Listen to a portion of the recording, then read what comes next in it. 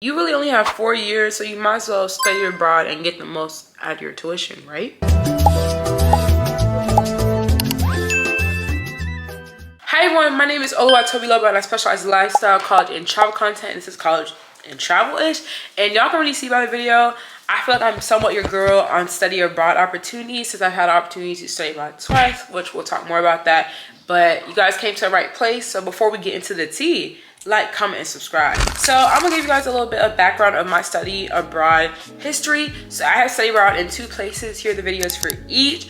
But I studied abroad with Sorrento, Italy. I stayed there for a week. It was around in August, and I stayed actually in the St. Anna Institute during that time. And then I also studied abroad recently this year in London for also a week. And that wasn't specifically with a university, but we did stop by Florida State University and do like a little lecture there. And ours was really affiliated with the API. First thing I wanted to really hit on with the experience is that study abroad looks very differently in college than what you kind of see with traveling. And I actually was one of the people who kind of fell for this misinformation, which did prevent me from studying abroad sooner. Okay, so y'all probably wondering, like, hey, Toby, what misinformation? When you're in college, most of the time you see people talk about how they study abroad for like a full semester or like during the summer for like the winter. So basically like maybe like 3-ish months, 2-ish months.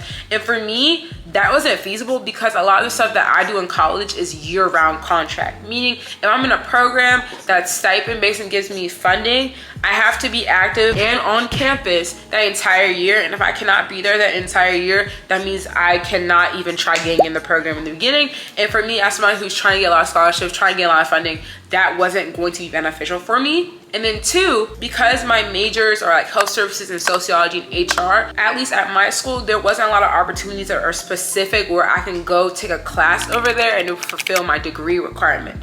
So it really depends on your major in that regard. So I had those 2 obstacles that prevented me at first from studying abroad. But after talking with our study abroad office, they told me something completely different. Number 1, you should go to your office and see what types of study abroad they offer and then look more into it. So for example, I literally was talking with them and they told me because of like the barriers I have, maybe studying abroad during like the winter semester or like for a week or during the spring semester would be very beneficial for me, or summer too, because I didn't want to be home for my family for so long. I didn't want to really be by myself. So the one that I did were actually the honors college, and one of them, for example, Sorrento one, I didn't particularly have to take an actual class. Like, yes, I did do a credit. It was a 1-credit course.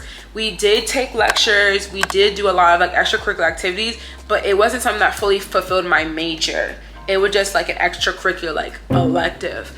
And then it's kind of similar to the honors college one where I did actually take a class. It was actually one of my classes in the spring, and I had to go. It was like a 2-hour and 40-minute class on Mondays every single week. We learned about London history. Then when we got on campus, even though we didn't have to take lecture on campus in London, we did do a linguistics lecture, and we did go out and fulfill one of our class assignments, which was our final project of like interviewing London citizens and figuring out how the culture is. So you can see that those 2 are technically classes, but it's not really your traditional form of study abroad. So that's something that really helped me, like, no, I can still study abroad without having to have these big requirements that are against what I wanted from my college experience. When talking about the funding of your study abroad experience, it once again depends on the length and low-key what that professor or class wants. So for example, even though I did go into 2 different study abroad opportunities, I did contemplate 2 other ones, and like the average price I had to pay for study abroad was like around this price, which is kind of worth a class if I did a class time, and then sometimes it was just worth excursions. See, some things are not covered. So like for example, when I first studied abroad in Italy, we did have like 2 dinners covered. Scholarship wise, the way they do scholarships, at least for my university, it's very interesting. That's all I can say. For example, we're currently in the summer. If you wanted to study abroad in the spring semester or summer of 2026, you would have to apply in 2025, which can be kind of difficult because you need to figure out what your program is, if you need to apply for that program, if you can get in, and even if you get funding at all. But there's also funding that can be through your school or through other schools as well that can be helpful in there. But figuring out money can be complicated because some programs don't cover your flight. They might have that fee only really cover your class and some food and dorms.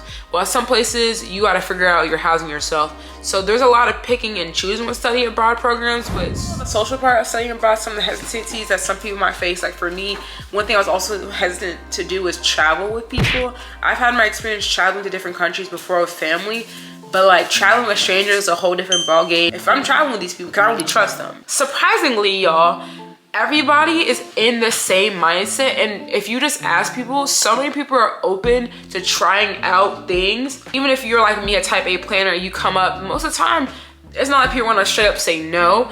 It's a really good experience to know that you're all are in a random country, you guys are with strangers, and you have the liberty to do whatever you want. Like, I'm not gonna lie to you, most of the time with my study abroad, the professor was literally not with us most of the time. We actually had a lot of time to explore and create community within the people we went with. So they were so open. I don't know why it's a shock. They were so open to doing things that I wanted to do, and also open to doing things that they found interesting. So even though it seems scary, I think because everybody's scared, everybody has that foundation to be more open to the experience. So if you're just concerned about traveling with strangers, I swear, I don't know how, maybe just my experience, things just end up working out. Like they truly do. Like, I haven't had beef with anybody. Actually, that's a lie. I had a beef with somebody on the trip, but like, it's cool. Like, I had my people. You don't have to be friends with everybody on the trip, but I had my people. Everybody was good. It was copacetic.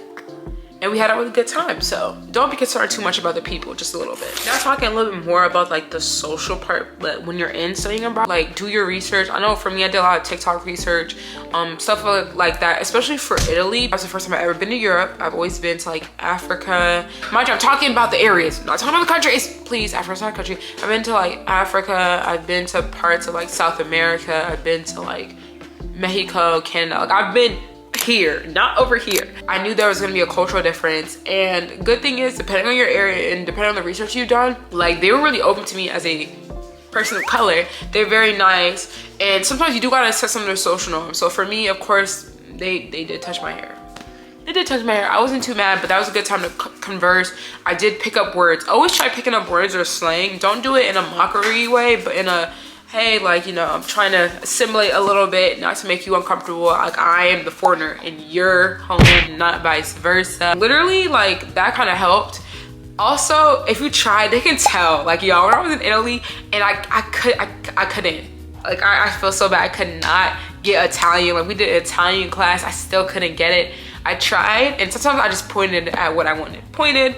And they were so nice to me. They were so nice to me. So I feel like if you come up with an open mind, the way you present yourself, it will show that you are a foreigner, but a foreigner who's open to learning about somebody's home, because that is their home. I would say the same safety habits that you have in the States, just up it a little bit when you're in a new country. So for me, like, I might have wandered by myself a little bit, but like, I wasn't gonna go too far by myself. I didn't talk to too many strangers, like left, right, have my purse on me. Like, if you've gone and lived in a city, I feel like you can kind of apply it to different areas. If you haven't, Google and TikTok are gonna be your best friends. That's all I'm gonna say.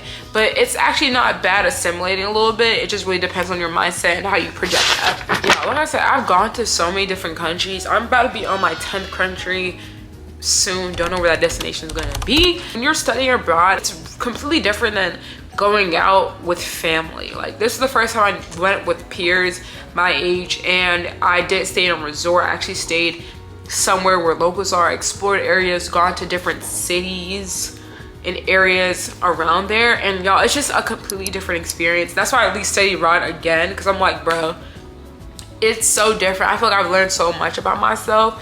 Like, I'm way more capable. Like, I know I'm capable, but I'm way more capable than I think. And I have the ability to collaborate and interact with different people, different cultures. But having the ability to grow your cultural competency is just something different. And I feel like you can experience things with your peers. At least for me in college, I haven't really gotten to another level with my peers to experience something random, something that's like exhilarating, but like fun. And if you have the opportunity to study abroad, if you have the financial means, the planning, like, you should definitely do it. Like, it's something that I feel like is so worth your experience in college. I know for me, it's definitely a part of my college experience. And I really do hope this video did help. If you have any questions about study abroad, definitely comment down below. I hope you liked the video. Comment and subscribe Turn on post notifications to be aware of all new videos, as well as check out my social because a lot more happens there. If you've seen me study abroad, this kind of helps and adds more picture to it. But yeah, I really appreciate you guys for watching, and I hope to see you guys in the next video. Bye.